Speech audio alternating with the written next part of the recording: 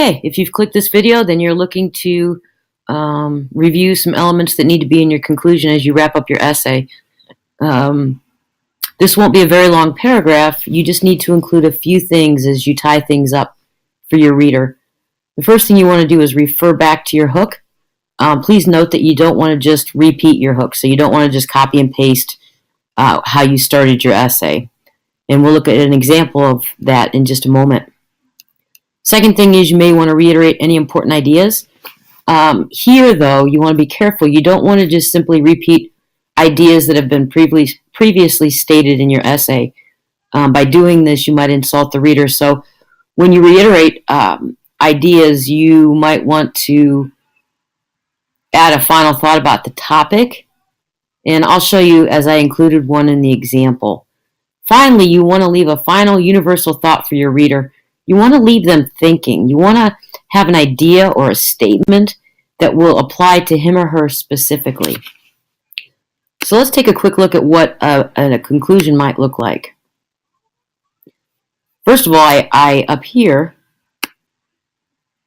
went back to my hook, and so my original hook was everyone is handed adversity in life. No one's journey is easy. It's how people handle it that makes people unique. And so the way I wanted to open the paper was I wanted the reader to know that everyone is facing adversity. No one's excluded from it, but how you handle adversity and how you face it makes you the person that you are in being unique. And so with that, if you go down below, what I've put in orange is my reference back to the hook, but you'll notice that it's nothing like the quote that's highlighted. In order to refer back to those ideas, I said, in closing, all people face challenges, but it's what they do with this opportunity that defines them as a person. And so you see that I've went back to the ideas that are here, but I've said them in a different way.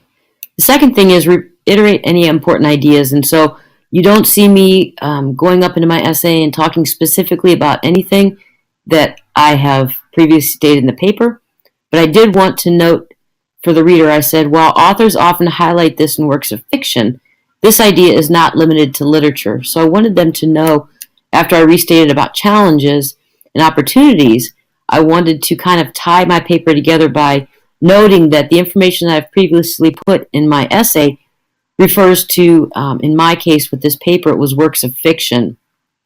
But I want the reader to know that it's not just limited to literature. So I just made that one sentence transition that I felt would help tie everything together.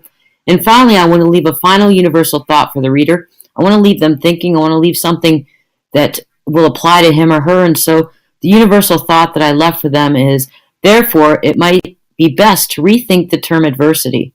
Embrace difficult situations knowing that it is a defining moment.